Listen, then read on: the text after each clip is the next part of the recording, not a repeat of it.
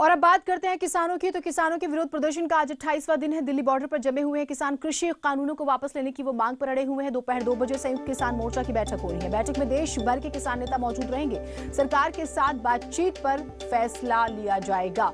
यानी कि आप देखिए, प्रदर्शन जो है वो लगातार जारी है किसानों का। सरकार से बातचीत के लिए बात सही से नहीं बन पा रही है। वक्त दिया गया, पहले तो बिल्कुल सब ऐसा लगा कि शायद बातचीत नहीं होगी। के विरोध आज किसानों का भी दिन है, क्योंकि पूर्व प्रधानमंत्री चौधरी चरण सिंह की जयंती है, जो कि किसान दिवस के रूप में मनाई भी जाती है। तो ये भी उम्मीद कि शायद आज कोई बात बन जाए। तो 2 बजे संयुक्त किसान मोर्चा की बैठक होनी है, फिर फैसला लिया जाएगा।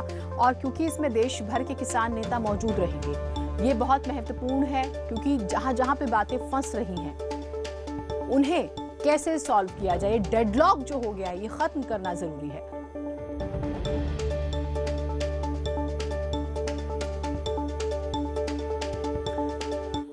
और हमारे साथ हमारे 2 सहयोगी जुड़े हुए हैं। राजीव हमारे साथ जुड़ रहे हैं और अनामिका हमारे साथ जुड़ रही है लखनऊ से। राजीव, नोएडा स्पेशली दिल्ली बॉर्डर की जब हम बात करते हैं, क्या स्थिति है आज की?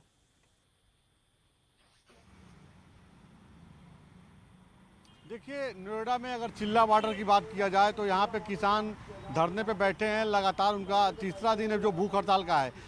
हर दिन 11 किसान भूख हड़ताल पे बैठते हैं और चेहरे बदल जाते हैं। तो आज तीसरा दिन है, लेकिन महत्वपूर्ण बात यह है कि आज दोपहर 2 बजे जो है किसानों की एक महत्वपूर्ण बैठक होनी है। संयुक्त किसान मोर्चा के नेतृत्व में बैठक होगी और उसमें यह तय किया जाएगा कि सरकार के तरफ से जो न्योता दिया गया है वार्तालाप करने को लेकर के, उसमें कौन सा तारीख तय किया जाए। क्योंकि सरकार की तरफ से मैसेज दिया गया था कि किसान ये तय कर लें, एक नई तारीख तय कर लें जिस पर बैठ के बात की जाए और इस समस्या का समाधान निकाला जाए।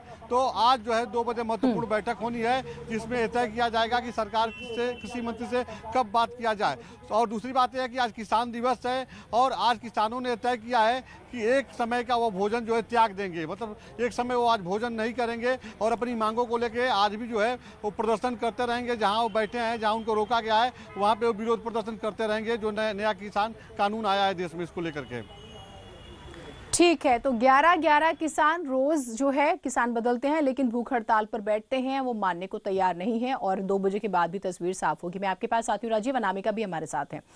अनामिका, सबसे बड़ी बात ये कि हम ये देखते हैं कि स्पेशली जब आज के दिन की बात करें, पूर्व प्रधानमंत्री चौधरी चरण सिंह की जयंती है और उत्तर प्रदेश की सियासत में भी किसानों का रोल किस तरह से हम देखते हैं महत्वपूर्ण है, और हर पॉलिटिकल पार्टी उस हिसाब से कोशिश कर रही है। अब सवाल ये कि मुख्यमंत्री खुद कमान संभाले हुए हैं, अभी उन्होंने कुछ अनाउंसमेंट्स भी की, तो ये जो एक गैप आ गया है बातचीत में, वो कैसे खत्म होगा? चरण सिंह की जयंती के मौके पर वैसे तो हर साल उत्तर प्रदेश सरकार की ओर से उन्हें उनके प्रतिमा पे माल्यार्पण किया जाता है, किसानों के लिए बड़े ऐलान किए जाते हैं, लेकिन इस बार मौका बेहद खास है। खास इसलिए भी है क्योंकि जिस तरीके से सरकार का ये दावा है कि जो कृषि बिल है ये देश का इतिहास बदलने के लिए काफ़ी होगा, किसानों की जो आय है उसमें बढ़ोतरी करने के लिए एक महत्वपूर्ण भूमिका होगी इसकी। लेकिन एक धड़ा ऐसा भी किसानों का जो आंदोलन कर रहा है, तो इस मौके पर मुख्यमंत्री योगी आदित्यनाथ खुद भी किसान सम्मेलन कर रहे हैं। संगठन के पदाधिकारियों को भी ये कहा गया है कि वो जाकर के किसानों के बीच ये समझाएं उनको कि कृषि बिल उनके लिए कितना फायदेमंद है। आज भी जब कार्यक्रम हो रहा था, मुख्यमंत्री योगी आदित्यनाथ ने सबसे पहले चौधरी चरण सिंह की प्रतिमा पर माल्यार्पण किया। उसके बाद उन्होंने जो ट्रैक्टर से जो कृषि उपकरण थे उसको हरी झंडी दिखाई है, जो किसानों को दिए गए। इसके बाद मुख्यमंत्री योगी आदित्यनाथ ने उत्तर प्रदेश के अलग अलग हिस्सों से आए हुए किसानों को सम्मानित भी किया है। इसके बाद मुख्यमंत्री का संबोधन हुआ, जो काफी महत्वपूर्ण था। मुख्यमंत्री ने कम से कम अपने संबोधन में ये बात तो साफ कर दी कि एमएसपी को लेकर जो गलतफहमी फैलाई जा रही है किसानों के बीच में, ये आने वाले दिनों में साफ हो जाएगी कि एमएसपी कहीं नहीं जा रहा। और वो बार बार किसानों से ये भी कह रहे हैं, चाहे बरेली का किसान सम्मेलन हो या अयोध्या का किसान सम्मेलन हो, कि एमएसपी को लेकर कोई छेड़छाड़ नहीं की गई है, बल्कि किसानों को आज़ादी दी गई है कि अगर उन्हें अपने फसल का कोई मुनाफा नहीं मिल पा रहा अपने जिले में, तो बाहर जिलों में जाके, स्टेट के बाहर जाकर के अपनी फसल को बेच सकते हैं। यहाँ तक कि मुख्यमंत्री योगी आदित्यनाथ ने यह भी याद दिलाया कि यूपी सरकार ने अपने कार्यकाल में कितने बड़े कदम उठाए, खासतौर पर किसानों को लेकर कर्ज माफी से लेकर के अलग अलग उन्होंने बातें भी कही हैं। इसके अलावा चीनी मिल चीनी मिल के लिए भी मुख्यमंत्री ने जिक्र किया यहाँ पर कि चौधरी चरण सिंह की जन्मभूमि जहाँ पर जो चीनी मिल बंद पड़ी हुई थी उसको उत्तर प्रदेश सरकार ने खुलवाने का काम किया।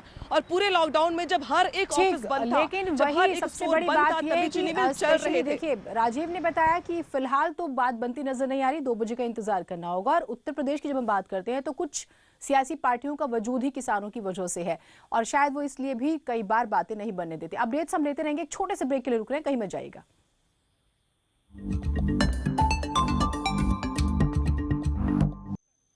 और एक बड़ी खबर राजधानी लखनऊ से आ रही है, जहां एसटीएफ ने यूपी स्टेट हाईवे अथॉरिटी के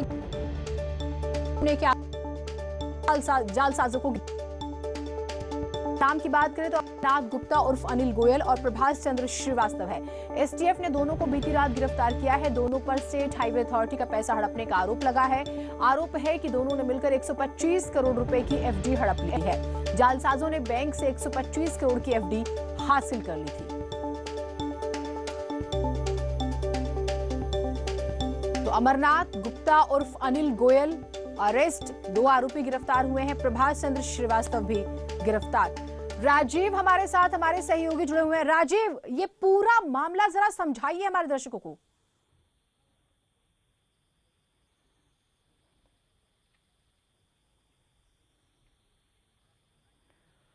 शायद आवाज नहीं पहुंची है, लेकिन एक बैंक से 125 करोड़ रुपए की एफडी हड़प ली इन्होंने, हासिल कर ली इन्होंने। अब ये सोचिए कि क्या ये सिर्फ इन दोनों के बस की बात थी, ये एक सवाल है, या फिर इसमें और लोग शामिल हैं? उन तक अब कैसे पहुंचती है एसटीएफ? एक छोटे से ब्रेक के लिए रुक रहे हैं, कहीं मत जाइएगा।